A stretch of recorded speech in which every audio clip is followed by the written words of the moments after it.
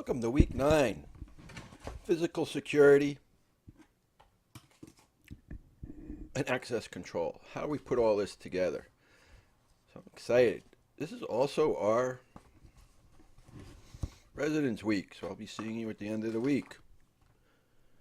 So what is a physical security most overlooked branch? It's making sure the building secure is what we're looking at today and how this all comes about. So, explore ways to secure the facilities that house sensitive resources, use of biometrics, technology verification. Some key concepts we're looking at.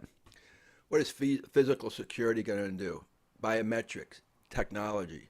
How does this all tie together that we can put all our building is secure? You know, do we have logins, passwords? Do they have badges? Do we have a security guard? So these are some of the things we're going to be looking at today. How do we prevent someone from getting into our building, and how do we keep it secure? Physical security is one of the basic things that we've had for hundreds of years. Chances are that good you count and measures physical security every day. Don't you lock your house when you leave it? Don't you lock your car? Well, it's the same thing in a building. You don't want someone to steal anything in your house, so you lock it. You might even have a security system. So now the big thing is the ring, so you can see when your mail is delivered or see who's on your front step. So physical security is becoming extremely cheap. And how do we prevent this from happening? So what do we want to do? Well, the first area we want to look at is the perimeter security. That's the outside restricting areas. Maybe you have a fence around it. Maybe you have a police officer patrolling it. You know, if you look at any military base, they have fences around it, checkpoints. Only so many people, you have to come in through a checkpoint so they know where you are, who you are. Surrounds the building. It's not open to the general public. This way it can limit the number of people that are there. Now, you might not be able to do that. If you work in a building, you won't have that option to have a checkpoint and limit the people. But from your point of view, your offices, you can have security cards that you can't get in without a badge. So there's a whole bunch of different things that we can do that we want to look at today. Building security access. As I said, you know, most of the often it's an organization, local, or it's out in the area. But I mean, where I used to work, we had a badge. You couldn't get into the building without a badge. It was that simple. Others that, you know, we ended up sharing the building later on. They opened up the door. But you can put some kind of building security in place. At least in our offices, if the doors were open, there was always a receptionist to greet everyone and not let anyone in the building. So it really was a way to help secure. If anyone was in the building, then they had to wear a security badge saying they were a guest. Points of entry, as I talked about it, they must be designed to allow authorized people in the building, identified unauthorized. As I mentioned, if you went into our building, you have to have a badge on, either you're an employee or you were a guest. This way people could look and see right away who you were.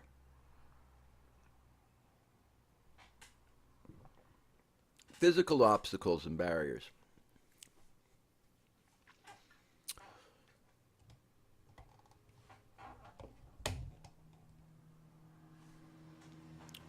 Play an important role in this.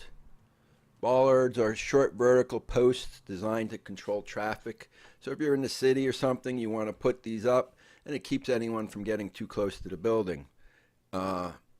Mostly used for terrorist attacks, but you know, if you're in a, I see them a lot times now in parking areas. Anybody who can park close to the building, they might put these up to keep anyone from hitting the building. So you know, it's just another way to do that. And the last thing we're going to, and that was it. So let's take a look at this diagram. And this just shows us, oh, let me activate this.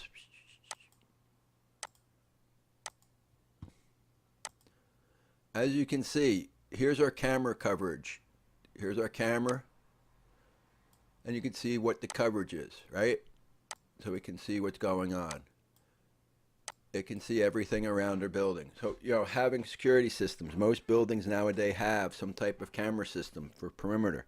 It allows us to ensure that everything is going to be covered. We can see what's going on, see who comes in, see who's coming into the parking lot, see who's walking up. Just allows us to document who's on the premises at what time, for whatever that case may be. So some government areas.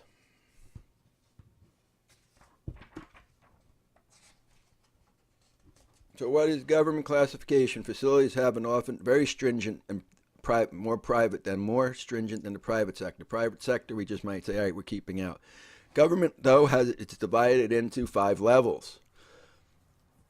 Level 1 is a facility with 10 or fewer employees, less than 2,500 square feet, office space, and little public contact. Level 2 is 11 to 150 employees, 80,000 square feet. And this is moderate for contractors. Level 2 facilities are often located in shared office buildings. Level 3 is 151 to 450 employees, 80,000 to 150,000 square feet office. Moderate high to public contact. Level 4 is the facility has more than 450 employees, again up to 250,000 square feet. High volume of public contact. Level 5, this facility is occupied by several agencies. Require tenant agencies to secure the site for their own needs. Allows us to have it. These facilities have strict controls and physical security standards that control the parking facilities, receiving and shipping, employees and visitors. Parking requirements of government facilities state that parking facilities should be restricted to the government vehicles only. Computer rooms and data centers are also specialized forms with sensitive data, so not anyone can get into it. So when we talk the government areas, anybody dealing with government or government agencies, they have a very high security level on who can get close to the building even. So let's take a look at biometrics. Biometrics access controls are based on the physical behaviors or traits, as you learned earlier. So, what you know. So basically, we can have a password. We can use a smart card or token. Or biometrics. These are the basic things that we have that we want to put in there. So there's basically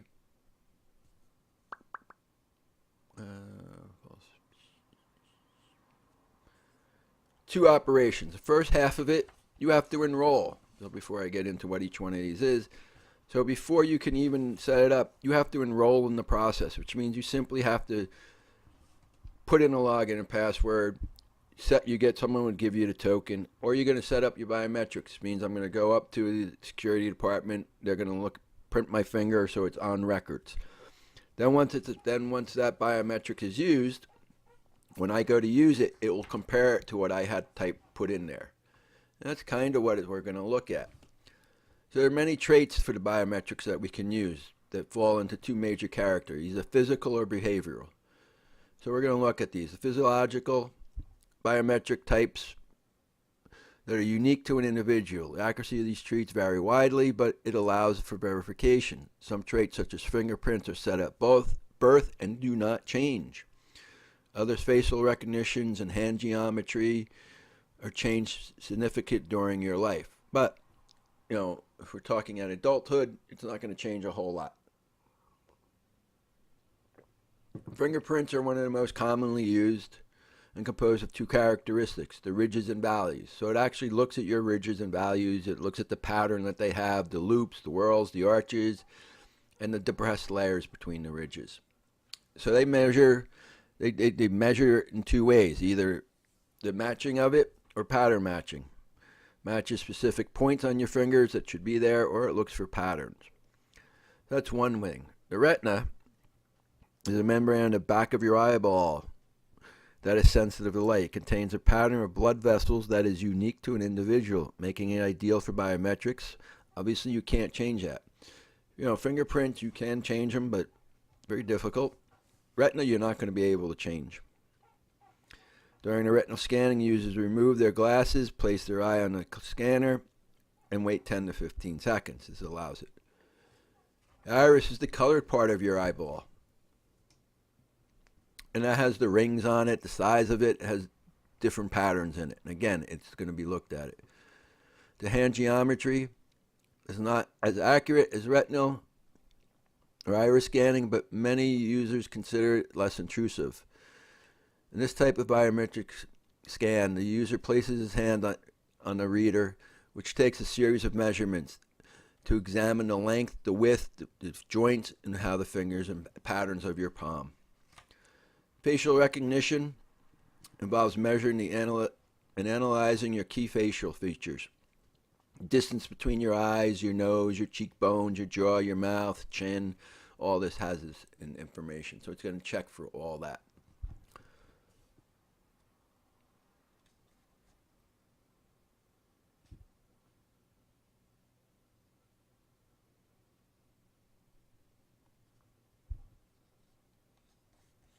Behavioral biometrics take advantage of these characteristics that we have in there.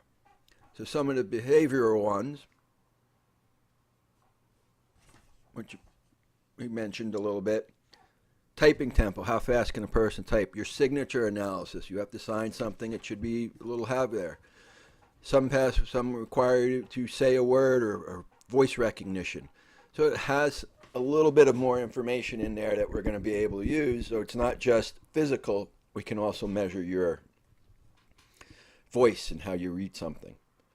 So some issues that might arise. Implementing biometric access control systems is more difficult than implementing a traditional access control system. User acceptance is one of the common barriers in biometrics analysis. Many users who are unfamiliar with the technology find it intrusive, even frightening to undergo a retinal scan or face recognition. Many users have privacy concerns. User acceptance. False acceptance rate. This is the percentage of imposters that will be recognized, and false acceptance are often type 2. False acceptance rate of any access control technology is a percentage of imposters that will be recognized as authorized users. A system with a high false acceptance rates may be calibrated with too low a sensitivity. And if this happens, then a record of users with blue eyes, for example, might be able to recognize any blue eye. In most cases, false acceptance are a result of decalibration, and that's a type 2 error. False rejection rate. The percentage of attempts of legitimate users. This is a type 1. So the false rejection rate, percentage of attempts by legitimate users are rejected by the system. This can happen when a user's behavior doesn't match the known sample. It also can happen when the sampling equipment is not calibrated. So you got to think of both of those, what's going to happen. Then we have the crossover rate. At this point, the type 1 and 2 error rates are equal. As I'll show you in the figure. So right here, this is the crossover rate, where here's my type 1 rate, here's my type 2. So this is false rejection. This means we're keeping out someone who should be in.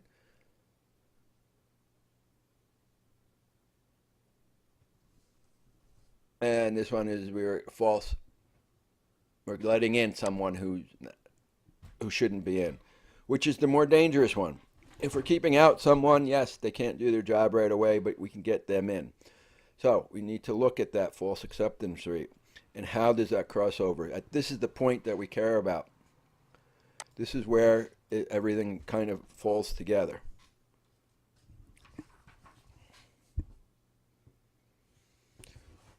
Failure to enroll rate is the percentage of failed attempts to create a sample data divided by the total number of attempts. Failure to capture rate, percentage of fails. So sometimes someone might have something, their hand might not record correctly, their retina might not be right, but we want to capture this information, and if it doesn't, we're able to figure out what's wrong with it. So modes of operation. Enrollment, taking the reading from an accurate individual. That means, when you get a job, a new person is hired, they have to come in, submit themselves to whatever type of biometrics we want. If we're going to have voice recognition, they got to read something. If it's retinal, they got to have their eye scan. So this allows us to build our database so we know what that person's going to look like.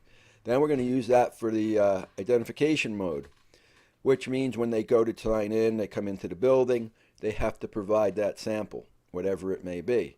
And that sample has to match what we enrolled. So it's an important part of the process. We set the sample up correctly under the right conditions. This way, when the user's out there and they come in to use the system, it will match. So these are some of the things that we're going to be looking at. Biometric systems parameters. All biometric systems operate under some basic parameters, which you should be aware of when choosing and implementing a biometric system. Some types of biometric systems have advantages under one particular parameter but fall short under others. The right system to use depends on the goal that we have in the controlled environment, where the users were, and all that. Universality. Biometric systems must be based on the universal characteristic of one that every individual possesses. A system that relies on a signature analysis, for example, will not be effective at identifying young children who cannot write. Uniqueness is a system must measure the characteristic that is not duplicated among users, such as fingerprint or iris pattern. You're not likely to find a biometric system control system on the market that does not meet this requirement. Permanence. This characteristic measures the system must be relative permanent across the user's hand. Hand geometry, facial recognition is an example of this throughout the childhood, but it changes, but it does have that. Collectability. The biometric system must be able to collect data from the individual in an easy and reliable way. There are unique, universal, and permanent characteristics that could be used for that. Fine, because data collection. DNA is a good example. It can be used to identify individuals accurately, but collecting DNA can be impractical in testing for it. Performance. A biometric system controls system must be able to return a positive or negative results quickly, usually within 5 to 10 seconds. Is the most that individual waiting, willing to wait for access to needed resources. The system must be able to analyze the sample data and perform a database lookup extremely efficiently to avoid performance issues. Acceptability. User acceptance is a big hurdle. In some biometric access control systems, this is often due to the lack of understanding and technology by users and concerns over privacy. Circumvention. Most biometric systems are designed to prevent the individual from presenting a sample taken from another individual. For example, voice recognition systems require individuals to repeat random phrases to avoid possibility of authentication. So let's look at some of the legal issues that we need to look at. As with any access control, there are legal and business issues to consider before implementing users' concerns over privacy and personal safety should be given sufficient consideration. So, excuse me. Privacy concerns. Privacy is a significant concern in any biometric access control solution because it involves deeply personal characteristics such as physical traits, subconscious behavior, to biometric systems samples, those that are constantly given, and those that can be captured without the subject knowledge. Iris and retina scans, for example, are nearly impossible to perform without the subject's knowledge. Facial recognition can be, because we can just take a picture of them. Is this going to be cost effective? Biometrics we need to weigh out, and this whole thing with cost comes back down. How much is our data worth? How secure do we need to be? Biometric access tends to be significantly more expensive than traditional methods of access control, such as user's name and password. The technology involved is fairly new, and it is, however, can be expensive. The cost justification needs to outweigh that. Biometric trigger locks use fingerprints. Nowadays, you can buy laptops that you have to have your finger does biometric on your built into your laptop. So prices have come down. But if we're going to be securing a building or that, is a badge good enough, or do we want to spend the money on a biometric system? These are the things we need to look at. Cost of deployment. As noted in the credit card example, cost of deployment is a significant inhibitor. A wide range of adoption of biometrics access controls is this, and that every merchant who wanted to accept the credit card would have to obtain a signature. Database storage transmission. Storage of the biometric data in a significant part of any deployment project. The data, like any personal identifying information, must be stored securely, impossible to avoid that. Database transmissions and lookups must be optimized to avoid bottlenecks. Everyone comes into the building at 8 o'clock. Well, is it going to slow down our database? Do we have a nice, robust database to handle that? Or is it going to now have a delay? Law enforcement. Law enforcement pioneered the use of biometrics as a fingerprint identification. They maintained a large database of biometrics, including fingerprints, and in most cases DNA in individuals in criminal justice. Although most organizations use this, their authentication process, law enforcement agencies, has been used by many cases. And the personal danger use. Users often cite theft of biometric components as they are concerned over the adoption of biometrics access control. In reality, most biometric systems are designed to prevent the use of a stolen or fake biometric components. Hand geometry systems require the subjects to move their fingers and test for the hand temperature to avoid authentication of artificial hands. Iris and retina scans devices also test for body temperature. Voice recognition systems require users to repeat random words to understand. However, the fact that biometric technologies are designed to prevent the use of stolen biometric components does not mean that it is a concern, or it still can happen. So, technology related to control systems. There are many ways to identify an authenticating users on the system. In this chapter, we're going to look at how we can go about it. So, technology related, right? First, traditional, basic locks. Type of typically a padlock, simplest of all mechanisms, but it wards off anything. Locking a chamber that might have grooves in it. Once the key is inserted, it allows it. The basic lock. Then we have a tumbler lock.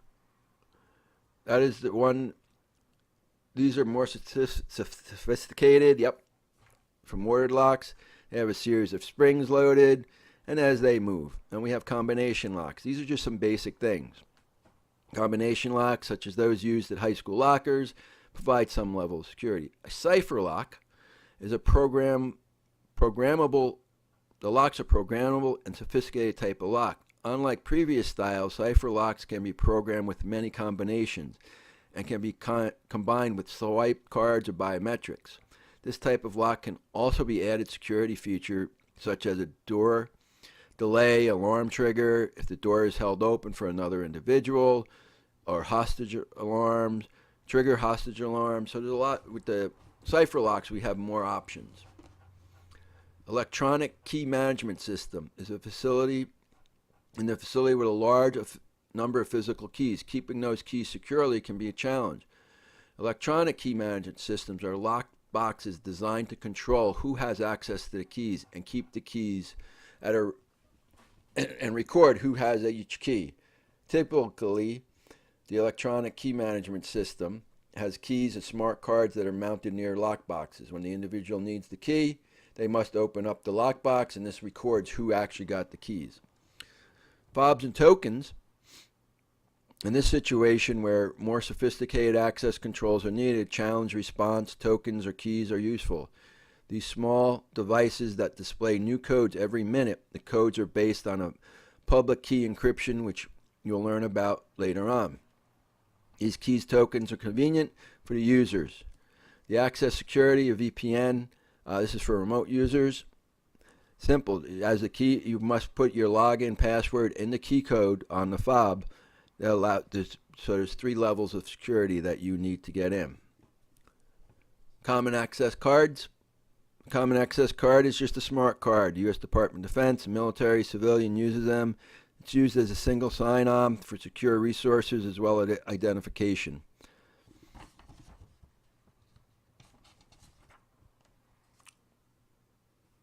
So, should we outsource this? Pros and cons of outsourcing our security.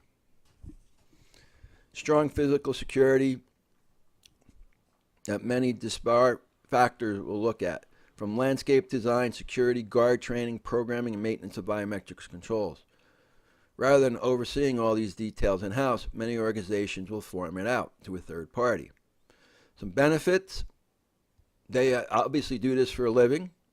They're impartial and they have fresh eyes. They don't care who it is. Outsourcing of physical security can be beneficial, especially for small companies and mid-sized companies who don't have the manpower or the time or the knowledge. So by farming this out, it allows us to have someone who's an expert in the field, understand what we need. We describe what type of protection we need, and they'll build the process for it. We then pay a monthly fee, yearly fee, whatever it is, to ensure that that happens. Some risks: we lose control. Your organization has the final responsibility. So if that third party isn't up to snuff, well, it's still our responsibility. So we need to conduct thorough audits of that outsourcing vendor, making sure they're following the rules. Conduct on-site audits of each vendor, list potential security problems, negotiate the details for staffing, service level agreements we've talked about. Remember, third-party security firms can only implement your organization policy. Outsourcing does not absolve the organizations from that. So even if you outsource it, you are still responsible to make sure that it is secure. Some best practices for physical access: audits, documentation of existing policies, non-standard entry points, maybe a service garage, standard extra points, difference in security various times. There are many best practices depending on your organization's security needs. If your organization owns its own facility, landscaping and perimeter security will be a concern you'll need to address. If your facility contains a data center or highly sensitive area, you'll need to consider additional access control units such as biometrics. The first step in ensuring physical security is to conduct a security audit. A security audit allows us to figure out what's going on. We document the existing physical security measures, including perimeters. We have non-standard entry points. So what can we keep in? Even up, roof entry. Can someone get into your roof? Garage entries. These are some of the areas we need to look at. Standard access levels. For certain employees, many come with the standard to the data center, while we don't have it. Difference in security at various times. Obviously, 8 to 5 is our busy time. How many people should be there at 2 in the morning? So you're going to have different layers of security depending on the time of day.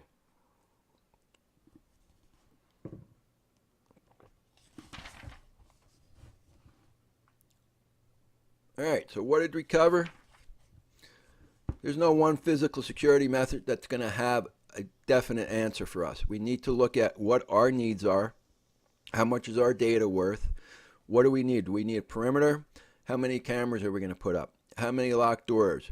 Are we going to use biometrics? Are we going to use, for remote users, how are we going to get them in? Are they going to use a token? These are some of the areas that we need to address when we're looking at the physicality of our building. Even once we're in the building. One company I worked for, you only had access to the departments you needed. So I was not in accounting. I could not get into the accounting department. They were behind a closed door. I was in IT, so I had access to IT and went anywhere else I needed to get. But I could not get into accounting without certain areas or certain areas of the building. Same thing, accounting couldn't come to us. Our doors were always locked. IT, we didn't have an open door policy there. But anyway, all right, so that was covered. That was chapter 9. So I'll see you at the end of the week. Have a wonderful day, and remember to smile.